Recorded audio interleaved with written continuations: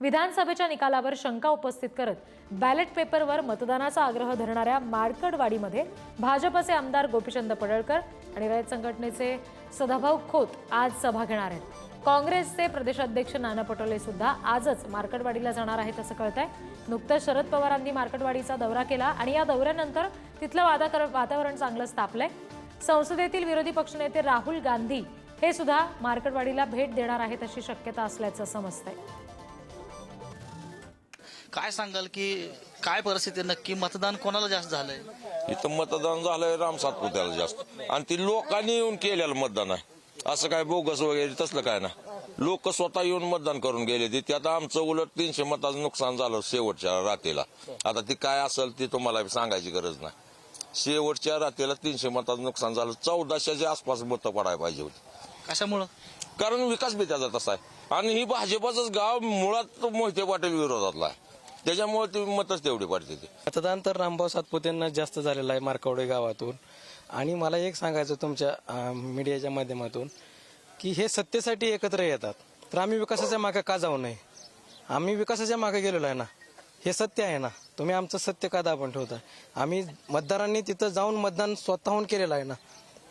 1003चं मतदान झालेलं आहे मार्कडवाडी गावातून, हे सत्य आहे ना।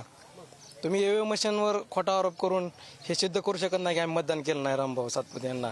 आणि हे ह्यांनाच पडायला पडलं होतं, उत्तमराव जानकरांनाच एवढं मतदान पडायला पडलं होतं, हे तुम्ही चुकीचं बोलता। तुम्ही स्वप्न बघताय जुनी आणखी, हे चुकीचं आहे तुमचं धोरण। आणि ईव्हीएम मशीनला जे बदनाम करताय हे चुकीचं आहे तुम्ही। ते जे म्हणतात की मला या ठिकाणी या भागातून कमी मतदान मिळाले, कारण ते त्यावेळेस मोहिते पाटील विरोधकांचं नेतृत्व करत होते, भारतीय जनता पार्टीचं काम करत होते। त्या ठिकाणी त्यांनी भारतीय जनता पार्टीला सोडून दुसरीकडे मनोमिलन केलं आणि भारतीय जनता पार्टीचे जे कार्यकर्ते आहेत, आता हे सरपंच साहेब असतील, हे असतील, 1990 पासून ते भारतीय जनता पार्टीचं काम करत येतात। आणि राम सातपुतेंनी मार्कडवाडी गावात 22 कोटी रुपये निधी दिलाय। त्यामुळं मार्कडवाडीची जनता ही कधीच दुसऱ्याच्या मागे जाणार नाही, कारण उत्तमराव जानकर हे आता मोहिते पाटलांकडे गेलेत आणि हे मोहिते पाटलांचं पारंपरिक विरोधक गाव आहे।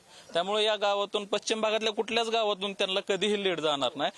शरद पवार गटाच्या जागा किंवा इतर पक्षाच्या जागा जास्त लागतील काँग्रेस महाविकास आघाडीच्या, त्याच्यामुळं आपण सायलेंट राहू, पण तसं झालेलं नाही। इथल्या जनतेनं विकासाला मतदान दिलेलं आहे आणि भारतीय जनता पार्टीचा विकास आहे। लाडक्या बहिणीचा सन्मान भारतीय जनता पार्टीने केलेला आहे। त्याच्यामुळे लाडक्या बहिणी असतील, शेतकरी असतील, सर्वसामान्य कष्टकरी, गोरगरीब, वंचित घटक आहे, या सर्वांनी भारतीय जनता पार्टीला पाठिंबा दिला आणि जास्त मतांनी निवडून दिलं। त्याच्यामुळे रणजितसिंह मोहिते पाटलांनी राजीनामा द्यावा।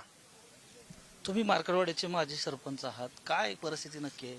नाही, मोहिते पाटील विरोधी गाव म्हणून ओळखलं जातं, कारण आतापर्यंत पूर्ण भाजपच्या पाठीमागे गाव राहतंय। त्यांनी मोहिते पाटलांनी एखादा दगड उभा केला किंवा मोठा आणून उभा केला त्याला कमी मतं मिळतील, इथं हीच आहे।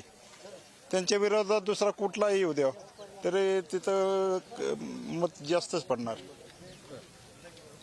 कारण पूर्ण गाव विरोधातला आहे। संपत मोरेसह माऊली डांगे, पुढारी न्यूज, मार्कडवाडी।